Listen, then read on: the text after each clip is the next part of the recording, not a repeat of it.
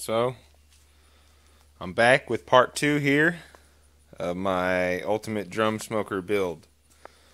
So it's real rough. I couldn't wait to get this thing all together. Before I used it, I cooked some ribs on it yesterday. As you can see, I've been using it, and they turned out awesome.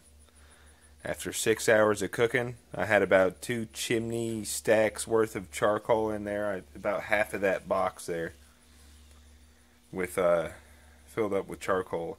And look how much I got left. This thing is badass. I'm blown away. I got my charcoal box made. I know I told you guys in part 1 that I was using a charcoal grate from a Weber 22.5-inch grill, but actually the right size is from an 18.5-inch grill. The charcoal grate from an 18.5-inch charcoal grill. I think this is one of the keys to success here with the drum smoker. As you can see, I did a pretty crappy job of welding that together, but it works. So, whatever. But yeah, definitely one of the keys to success with the drum smoker is your charcoal basket. And of course, a good lid is a key to success with any smoker, which I stole off the 22.5-inch Weber. Sits right on there, no problem. I put 3 bolts in here to hold my rack up, and I just went down a couple inches here from the top, and I put 3 in there. It's 6 feet around this thing, so every 2 feet I put a bolt in. You put 4 in here, you're going to have a wobbly rack, unless you're some kind of level expert and can put 4 in there, but 3 is easy. Just put them in there, eyeball it.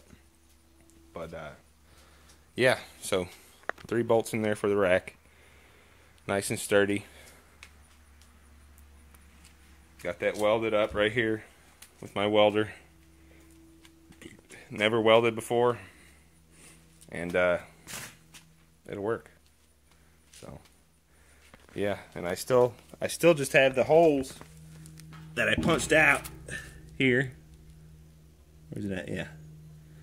Yeah. So just one of those there and one on the opposite side, and man, it cooks awesome just like that. But still, I want to put all my hardware on there. Here, my pipe nipples, my valves. I got all that stuff. I'm going to do that today. This is a conduit pipe nipple from Home Depot. I tried asking the guys from Home Depot about this stuff, and they kind of look at you cross-eyed, most of them. You might get a guy that knows what they're talking about, but you're going to have to go back and forth through some aisles looking for the right stuff here. So this thing was $17 at Home Depot. I heard you can get those a lot cheaper somewhere else. $17 is pretty expensive. I need another one of those too. But conduit washers here, so we got control over the air. It did flame up a few times. Taking the lid off gets a lot of air to it real fast, and it wants to light up. So you need to keep the lid on it. And so, yeah, I cooked some baby backs on this thing, and it just blew me away how awesome this thing is, how much cooking room. I'm gonna get another rack, probably right here, give it enough room for a butt right there, you know, and another rack right there, and probably a rack about here just over the charcoal basket, to make it a deflector, so when it flames up, you know, all that goes around the meat and not up into it. So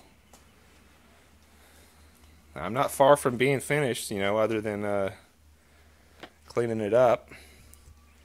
You know, I kind of skipped some procedures here, and I just went ahead and burned it a few times, the sides there, and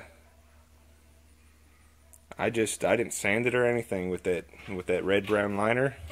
I just sprayed it with oil and cooked it off. And when I was doing that, a big brown cloud came out after I was burning it for a little while, and it seemed like that was it.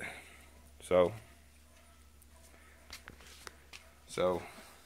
yeah, I didn't have any funky taste in my ribs or anything, and so I'm gonna be putting another rack in this, putting my nipples on, my valve, and getting this thing cleaned up. Maybe get some paint on here. So I think that's all I got for you guys. That put my charcoal box together, no problem. So alright, maybe I can put a picture of my ribs that I cooked on here in the video. I'll try and do that for you guys so you guys can see what this bad boy can do, because it is serious. So thanks a lot. I'll have part 3 coming up with extra racks. So yeah, the saga continues.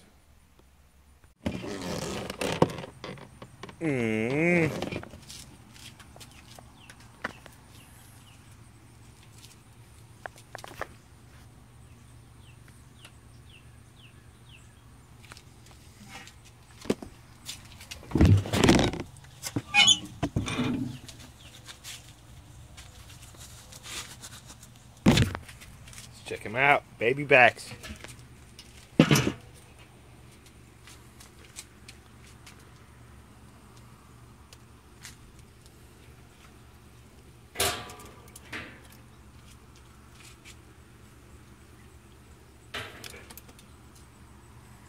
My goodness.